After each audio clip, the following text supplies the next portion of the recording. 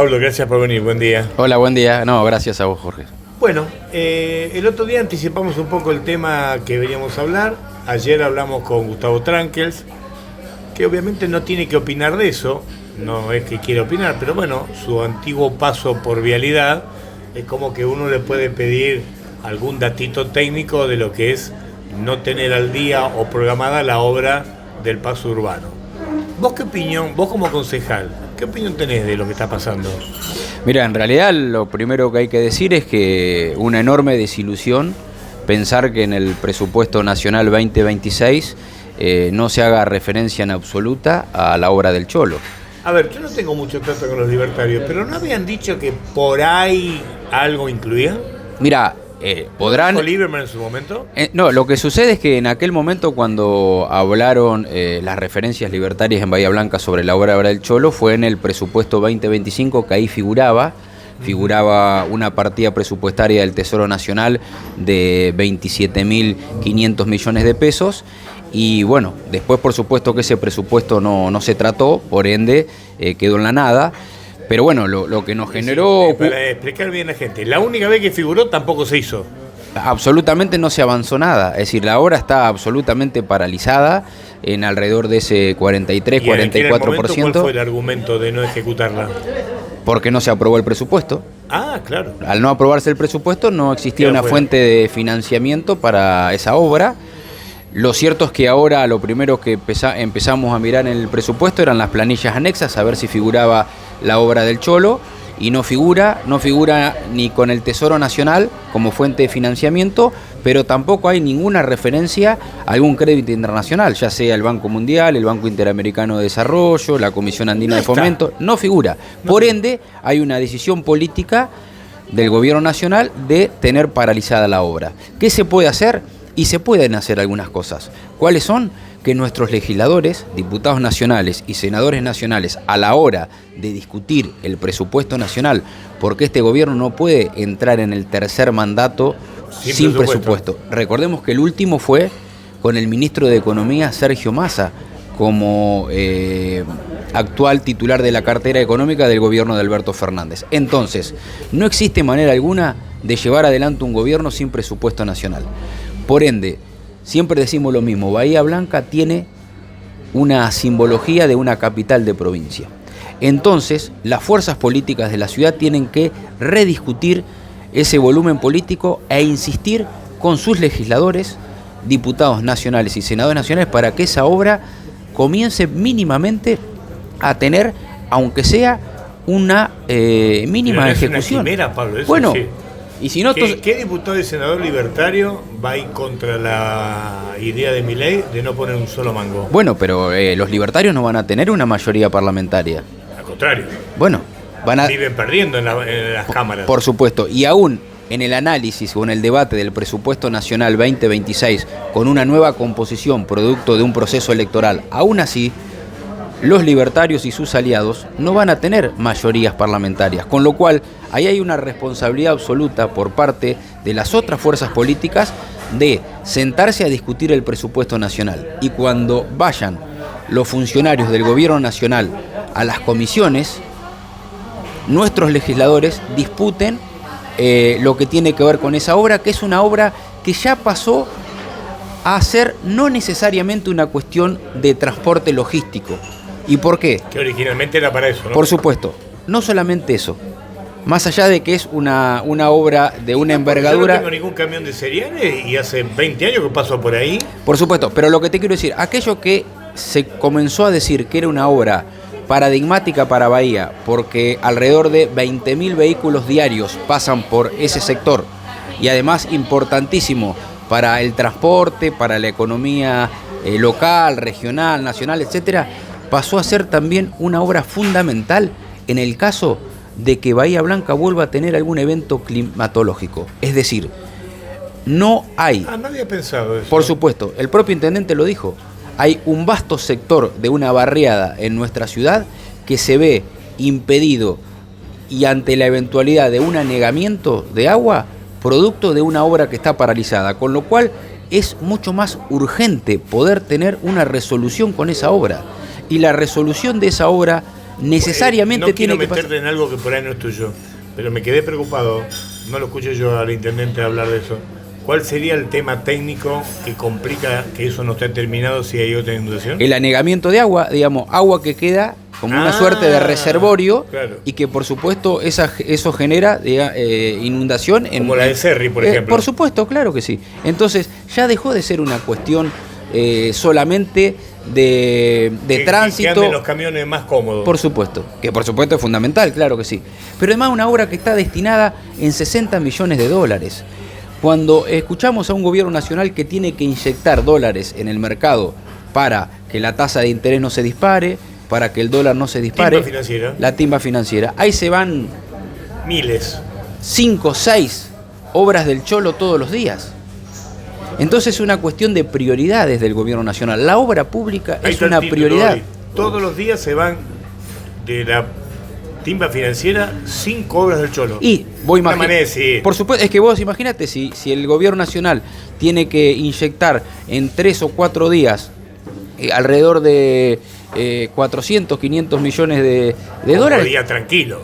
Bueno, por supuesto. Entonces, a veces diario. Esa obra es una obra de 60 millones de dólares para concluirla.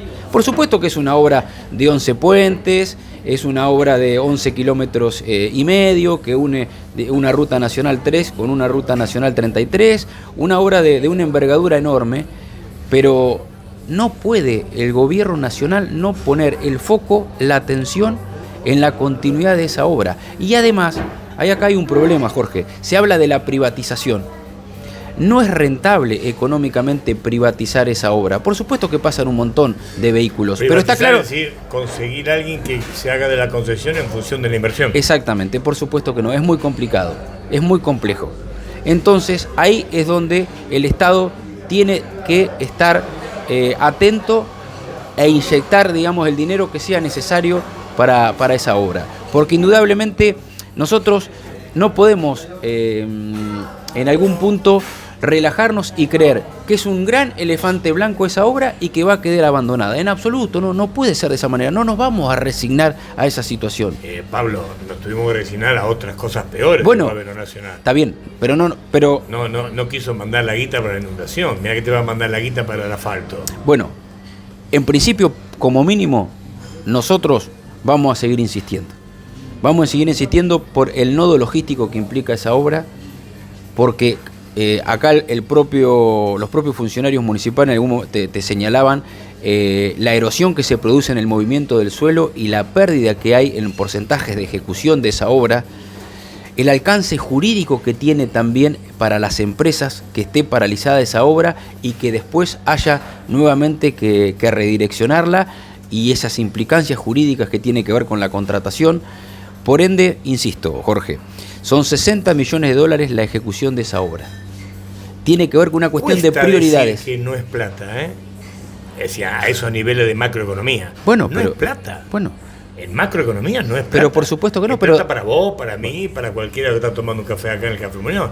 Pero a nivel macroeconomía de Estado, no es plata. Bueno, hacíamos la referencia con la timba financiera. Bueno, no, ahí tenés, pierde la dimensión. Ahí tenés una clara muestra de lo que implica esta timba financiera, donde se te van por día 3, 4 obras del Cholo. ¿Y a vos no te parece que le da certidumbre política? Pero no solamente hablemos de Bahía Blanca, hablemos del país. ¿No te parece que le da certidumbre política al gobierno el avance de la obra pública? Y eso además conlleva fuentes de trabajo. Eso, Pablo. Bueno, vos tenés libertarios al lado de tus bancos. Por supuesto, y nosotros lo hemos totalmente convencido que tiene que ser así. Bueno, están convencidos que así, pero para nosotros es un error.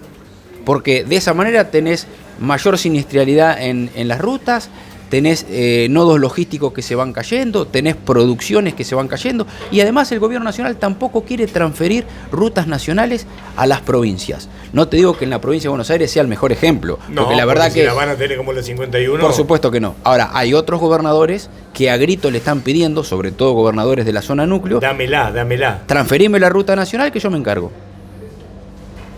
Porque en el presupuesto nacional no hay nada para vialidad nacional. A lo sumo, el mínimo mantenimiento. La base que en el gobierno nacional ya no hay vialidad. Bueno, Si vos te mirás el no tiene ni para tapar dos baches. Si vos mirás el presupuesto nacional, nada figura de la Red Federal de Concesiones Viales, nada figura de la Ruta 33 de Trenquelauquen para el puerto de Bahía Blanca, figura algo de la 33 de Trenquelauquen hacia la ciudad de Rosario, hacia el puerto de Rosario, pero para el sudoeste de la provincia de Buenos Aires no aparece absolutamente nada. ¿Qué incluye no hay, lo que falta terminar? Por supuesto, no hay dinero inyectado del Tesoro Nacional para las rutas nacionales del Distrito 19 de Vialidad Nacional. La 3, la 33, la 35, la 249. Entonces, hay un ADN, hay una matriz de abandono en la infraestructura vial. Bueno, la verdad que eso nosotros no lo podemos permitir y por lo menos lo vamos a seguir centralizándolo en la opinión pública. Y me parece que en la discusión del presupuesto nacional tiene que ser clave a la hora de modificar el actual proyecto que tiene el gobierno nacional como ley de leyes. Recién dijiste una frase que me permite pasar al segundo tema y alguno más que pueda dando vuelta. Vos me decís que lamentablemente ustedes no tienen más herramientas que imponerlo en la opinión pública. Elementos como concejal no tienen nada más que minutas. Otras cosas no hay. No, por supuesto. Nosotros, como competencia del Consejo Deliberante, es un posicionamiento político y un proyecto que declare el rechazo o la preocupación.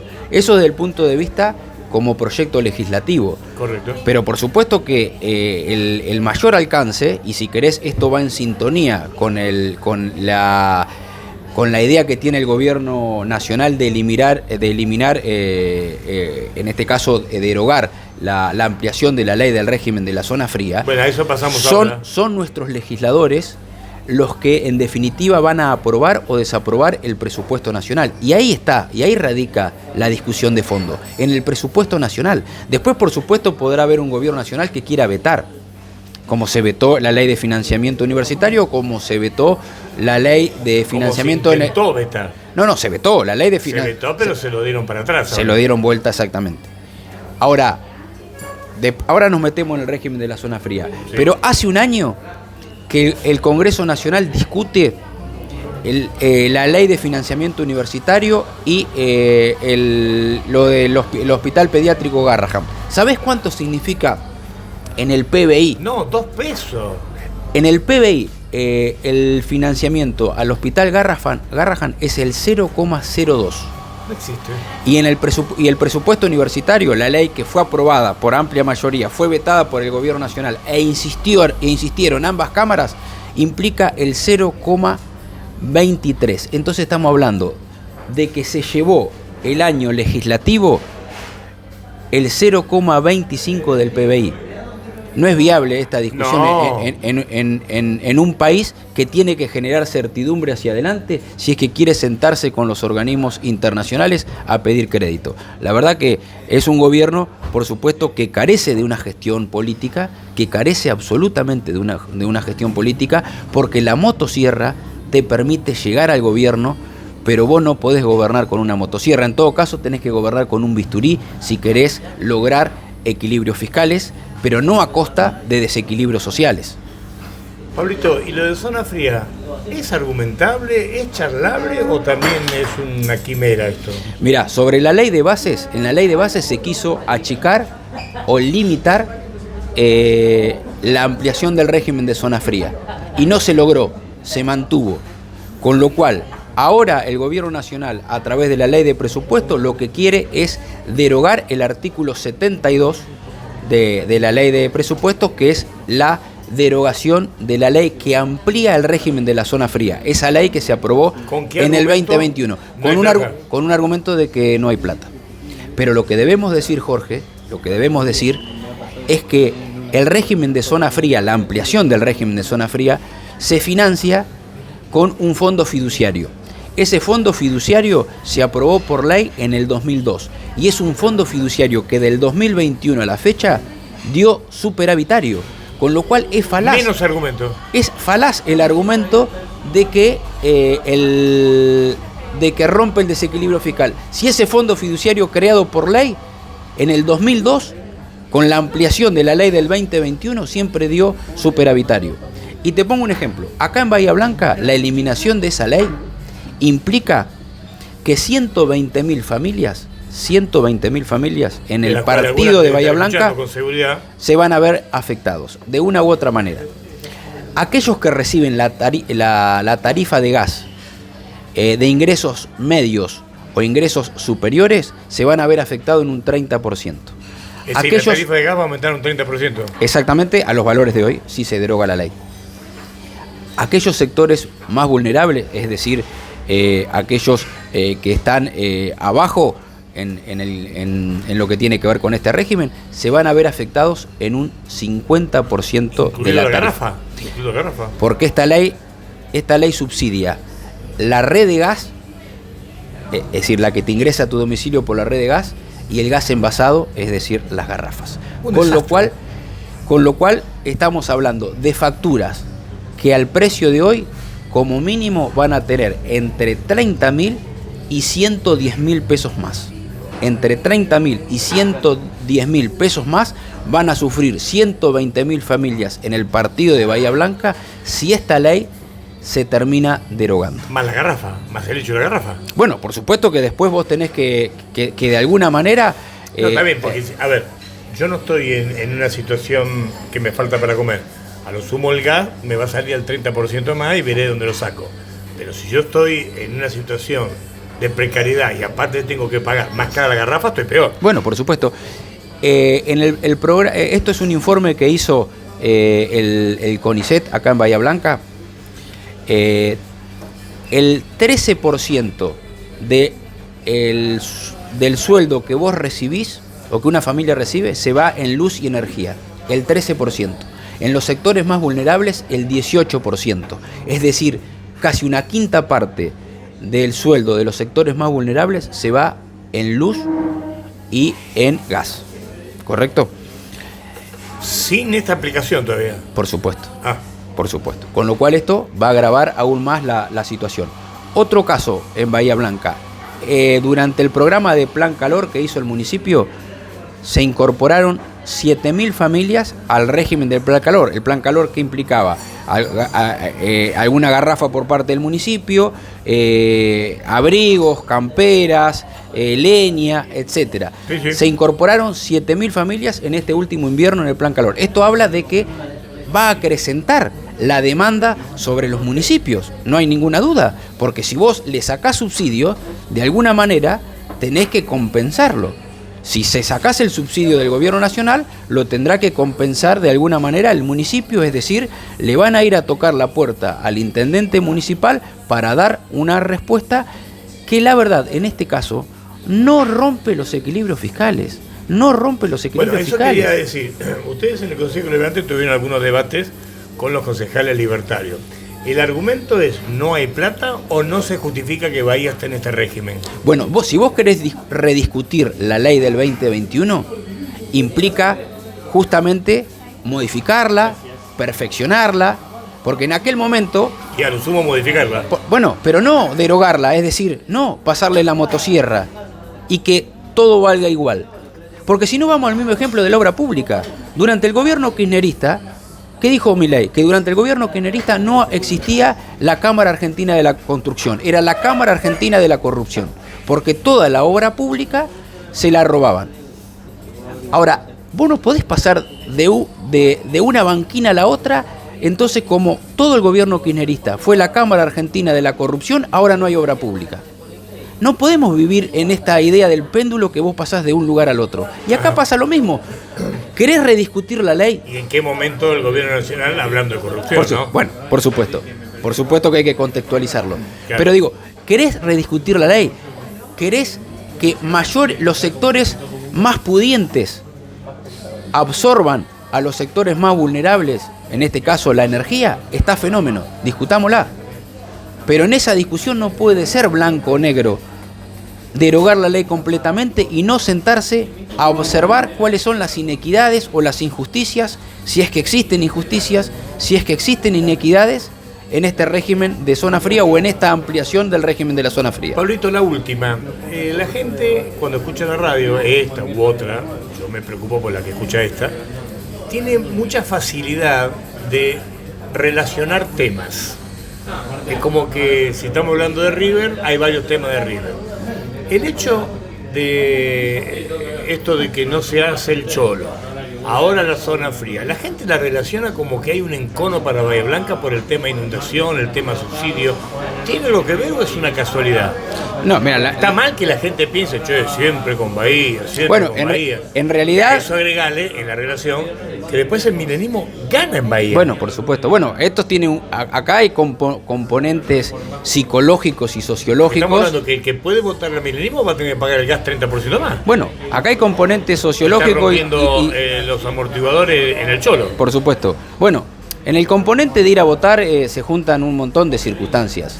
Y en esto no hay que ponerse... ¿Ustedes creen que son casualidades? Es decir, no es que el enemigo público de Milei es Bahía. No, yo lo que creo es que hay una decisión del gobierno nacional de eliminar por completo, bajo el argumento del equilibrio fiscal, situaciones que tienen que ver con la obra pública, con leyes de emergencia, con la eliminación de ATN, los aportes del Tesoro Nacional, y Bahía Blanca se ve hoy en una situación absolutamente vulnerable frente a un gobierno nacional que tenía obras públicas en el camino, obra pública que no se puedan concesionar o privatizar, porque acá al sur de la provincia de Buenos Aires es muy difícil que las empresas terminen siendo rentables económicamente, entonces vos necesitas la presencia del Estado Nacional.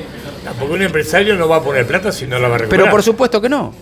Pero por supuesto que no, en la obra pública o en cualquier otra situación. Seguro. Por supuesto que no.